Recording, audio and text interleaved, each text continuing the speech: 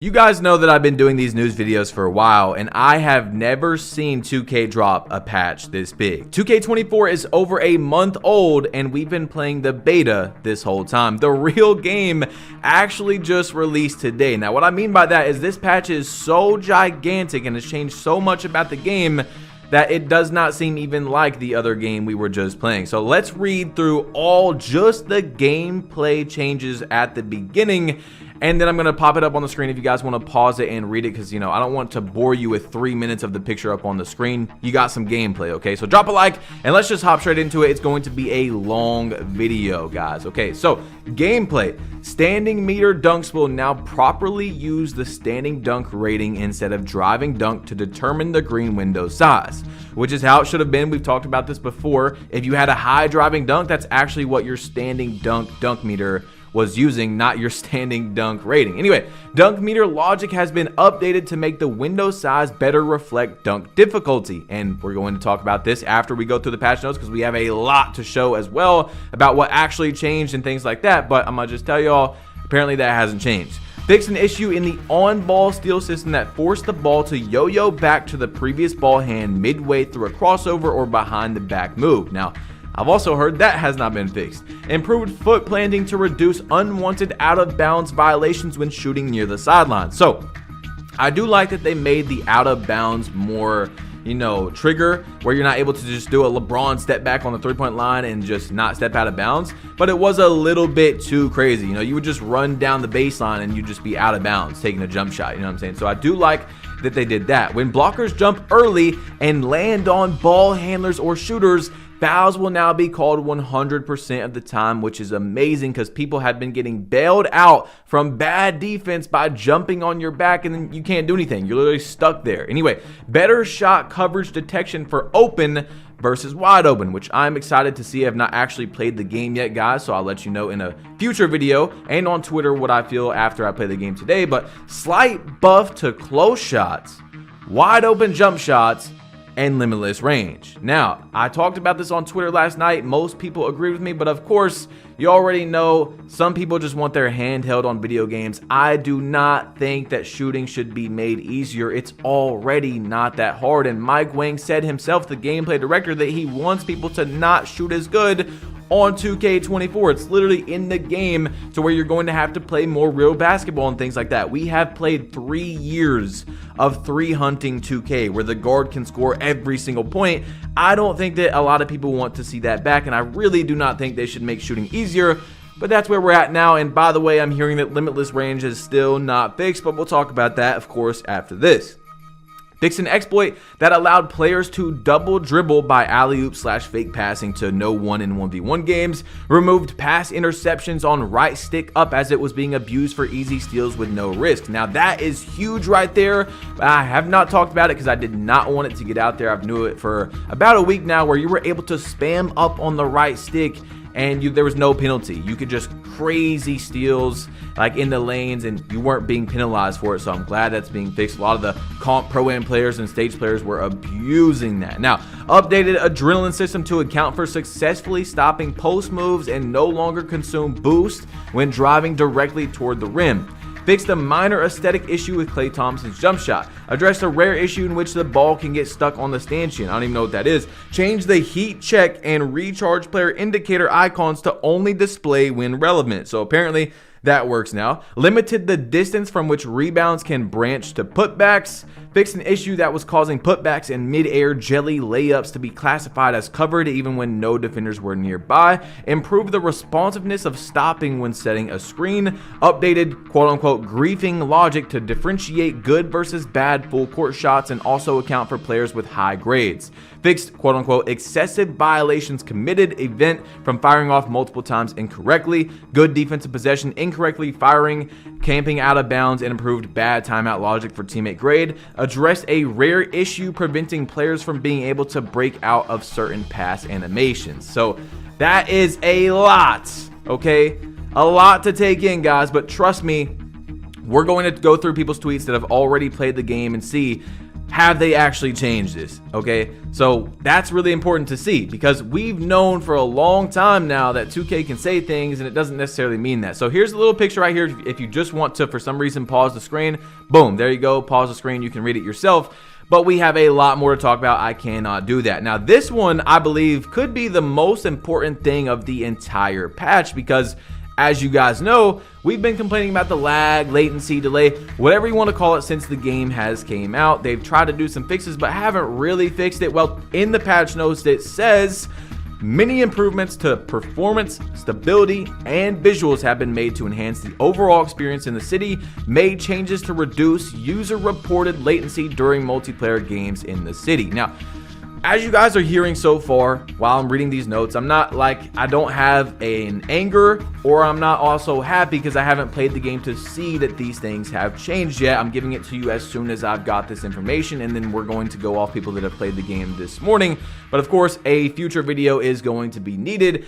Hopefully they actually did fix it. I'm hearing a lot of good things about that. And the last one we'll talk about is the win streak count will now appear correctly during the post-game recap sequence after games in the city. So you guys know, I've talked about this many times. I currently have the world record 90-game win streak on NBA 2K24. And the only way you're able to see the streak was the overcourt view. After 24 games, it did not show your win streak. So I think that's really cool. Now, Tyceno went to Twitter to talk about this new patch. This is what he said. For everyone asking, NBA 2K24 feels a lot better after the new patch. Park is more responsive on defense and offense, and it's definitely easier to shoot consistently with the new shooting buff. Limitless jumpers have a bigger green window too. So I just want to say this once again. Of course, not everyone's going to agree with me, and that's completely fine. This is a video game. We're talking about opinions, all right? You don't have to say, F you, Bash Logo. Oh, I have friends that are quote-unquote casuals. They have jobs. They have, you know, friends. They have lives, and they're able to shoot. I don't think in video games people should have their hand held. For example, I used to be very good at Call of Duty. I could win tournaments and things like that.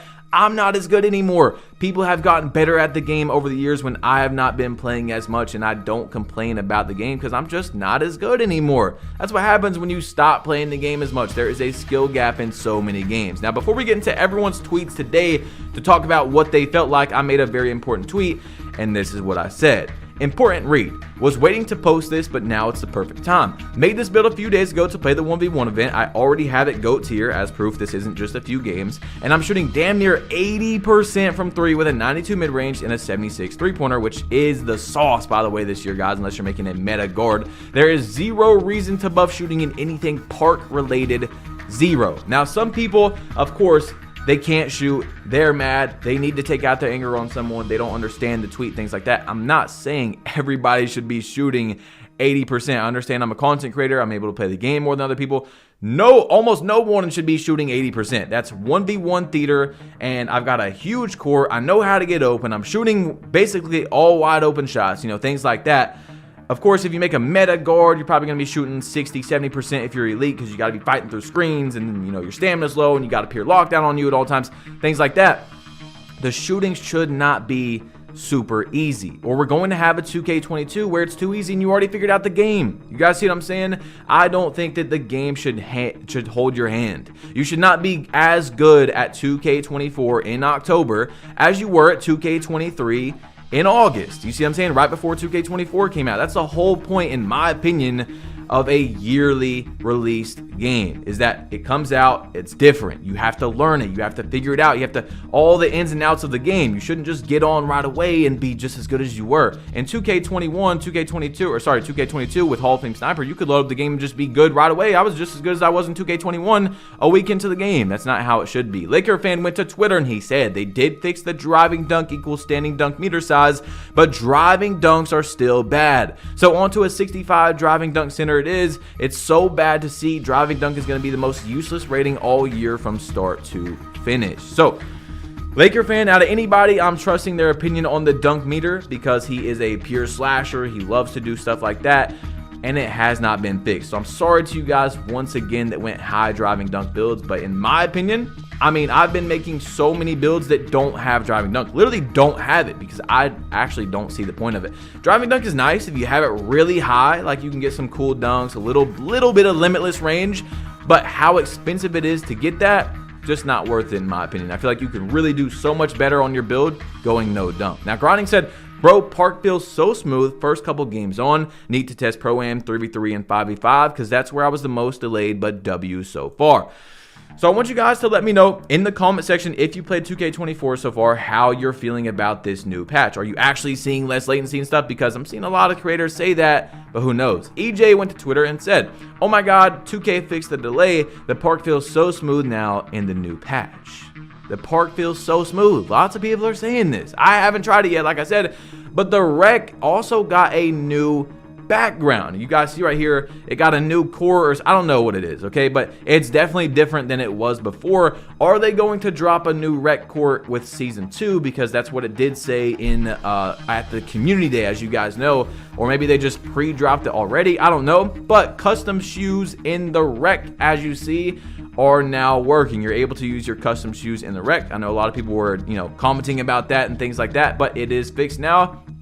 And as you guys see right here, Mamba Mentality, the guy at the top in the yellow, number 23, properly shows now on the court. So basically, before you were able to pop Mamba and people didn't know, does he have Mamba or does he just have sharpshooting takeover? You know what I'm saying? So it's kind of like a little trick you could play on people, because basically, like, if you had a build that had playmaking takeover in Mamba, it would just show playmaking. Meanwhile, you're just gonna pull that thing from half court. You know what I'm saying? So it's good that that is now fixed. So statistics showed that heat check is now properly displaying, and he also made a tweet saying it only takes 3 layups, 3 mid-ranges. It doesn't have to be 3s anymore. So Rise actually finally has a reason to be there, and that's the first thing I'm gonna say I'm happy about. There's finally a reason, because I went Rise specifically for the heat check so I could make cool content, and that will be coming soon. You know what I'm saying? Steph Curry, heat check, things like that.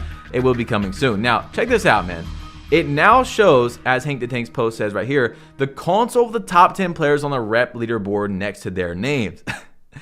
Bro, this is literally 2K24, guys. We now, in October 10th, as I'm making this video, we are finally playing NBA 2. Oh man, now look, this is also another background look of the new rec center right there. I think it looks really cool. I'm not gonna lie, I like that 2K did that. I'm wondering if they're gonna drop that for season 2, and I'm also wondering if they're going to drop the things next to the theater where it says coming soon, where it looks like we have these locations in like Rome and things like that. That would be really cool. I'm guessing that will be coming with season 2. Now, Double H posted on Twitter that the octopus on the 2's court, on the Rise courts, is now showing the win streak, which is really cool. That's something that I complained about as well. It's like 2K actually came in and listened to even the very small things that doesn't affect a lot of people. Like, it obviously doesn't affect a lot of people that after 24 wins in a row, it doesn't show your win streak after the game. But they went in and fixed it. So I do want to say, that's good, because as much as I critique the game, as you guys know, unless you're new, of course, hit that subscribe button. I'm trying to hit 1 million subscribers. I just want the game to be as good as possible. So as much as I critique the game when they fix things and do things right, I have to say, you know, good job. I have to give them a W for that. Although a lot of things, you know, it's like, why didn't the game just drop like this? It's still good that they went in there and fixed it. No game can be perfect, and maybe GTA 6 will be perfect after a few months, you know, because it took them 12 years to make it, but this is a yearly release game. So Double H also showed right here in the Elite Park that you're now able to move the camera to better see win streaks and things. Bro, this is literally 2K24. We are finally, as you're opening your console today, turning it on, you will be playing 2K24 for the first time. So now I want to talk about everything. Now that we've got all this done, great job 2K. I'm hearing that Limitless Range is still not touched, really. Maybe they made it a little bit better. Tyceno said that it felt different. I will be getting on my 99 Hall of Fame Limitless Range Steph Curry build today to try it out for you guys. I'll be letting you know on Twitter. Of course, there's a future video coming up. I'm going to be testing all this out. Is the delay better? And I want you guys to let me know in the comment section, man. Maybe come back to this video after you have played and just let me know how you guys are feeling about it and if there's still any issues about the game. But so far, it's looking like this gigantic patch is actually really good for the game, and I'm excited. So anyway, guys, if you want to see me versus Double H, click this video right here. Me versus Double H on the 4th floor of the Strikeout event. 4-hour rewards on the last floor. Crazy game right here, start to finish, man. Make sure you click it, tap it, whatever you got to do. Make sure that like button is blue. I'm about to be out of here. Peace.